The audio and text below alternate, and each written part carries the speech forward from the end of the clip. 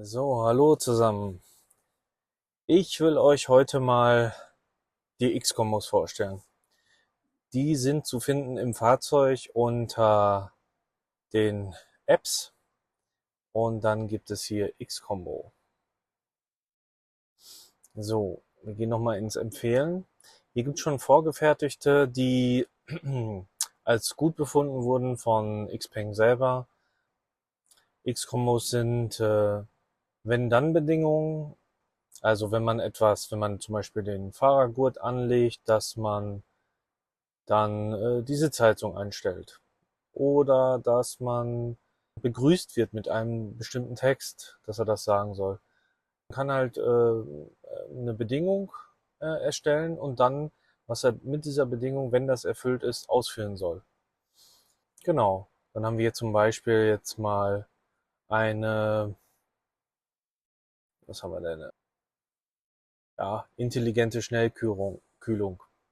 Wenn man hier drauf geht, sieht man dann auch einen Beschreibungstext kann man machen, aktiviert automatisch die Schnellkühlung, wenn die Innentemperatur 35 Grad beträgt.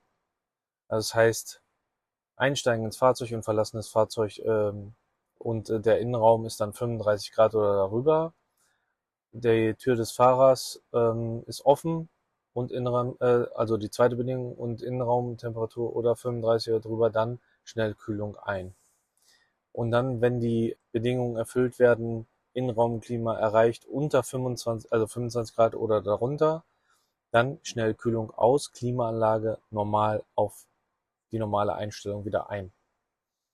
Genau, also solche Bedingungen kann man damit machen und sich dann hinzufügen.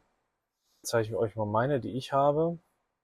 Also es gibt zum Beispiel hier die automatische Sitzlüftung und Massage einzustellen. Ne?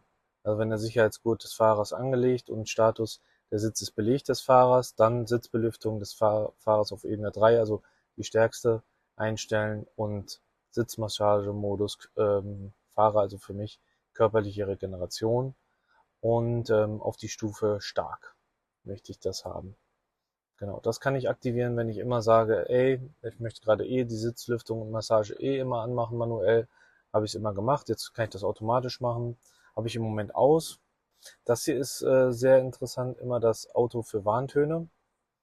Ähm, also wenn der Sicherheitsgurt angelegt ist vom Fahrer, werden automatisch der Fahrerzustandserkennung deaktiviert, der Notfall-Spurhalteassistent auf Warnung und Korrektur gesetzt und Warnton intelligenter Assistent Geschwindigkeitsbegrenzung deaktiviert.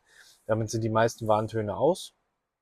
Leider funktioniert das mit dem Fahrerzustandserkennung deaktivieren im Moment leider nicht mehr.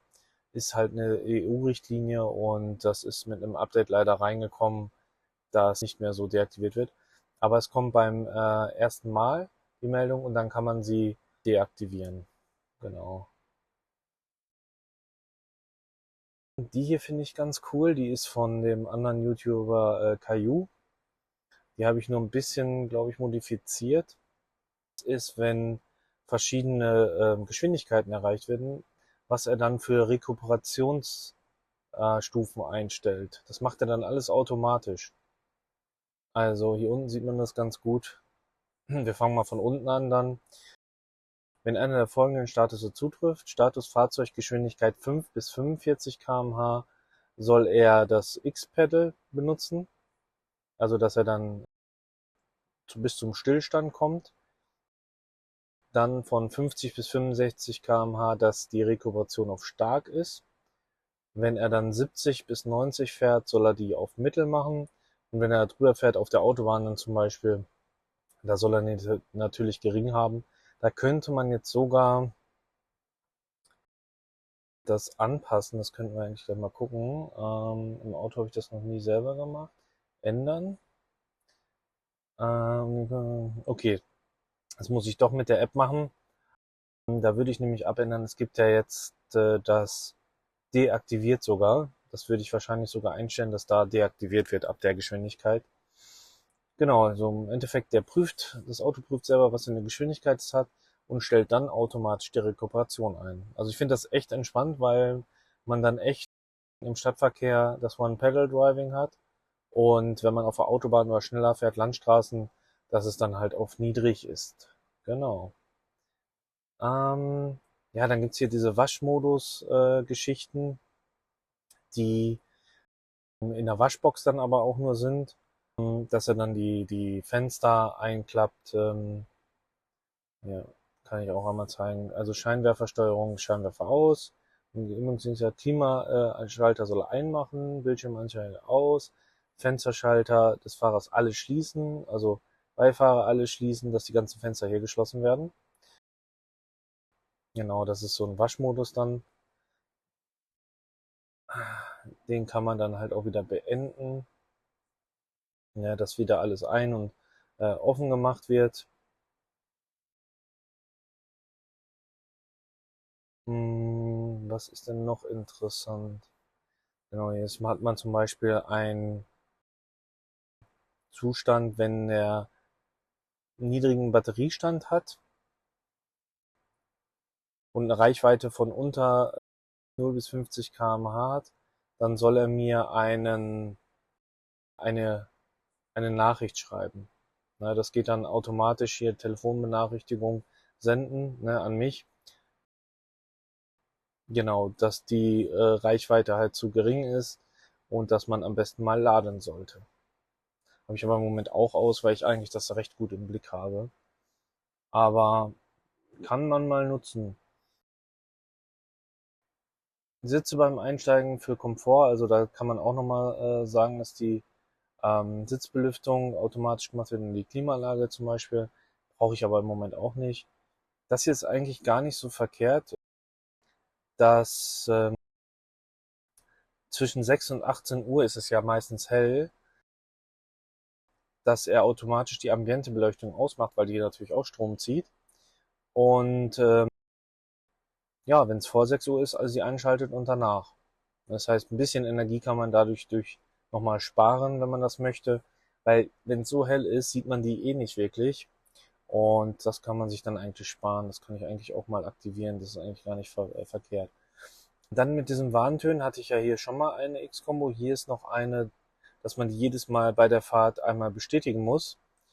Und wenn man sagt, ich möchte doch lieber die Sachen erst eigentlich eingeschaltet haben und möchte selber entscheiden, die Meldung kommt dann direkt, wenn man einsteigt, kann man sagen, alle Warntöne aus. Oder wenn man es halt nicht drückt, dann bleiben sie halt an. Also wem das halt lieber ist, ne? Ja, das soll es erstmal von meinen X-Kombos sein, die ich jetzt interessant finde. Ich habe hier ein paar selber halt geschrieben. Jetzt muss ich mal gucken. Es gibt noch, wie ganz lustig hier genau mit der Welcome Message, ne? Da habe ich gemacht, wenn ich sozusagen das Fahrzeug betrete, einsteige, kommt Willkommen Master, Sie sind bereit für die Fahrt. Ne? Und genau, die Seitenspiegel werden eingefahren und die Headlights werden gemacht.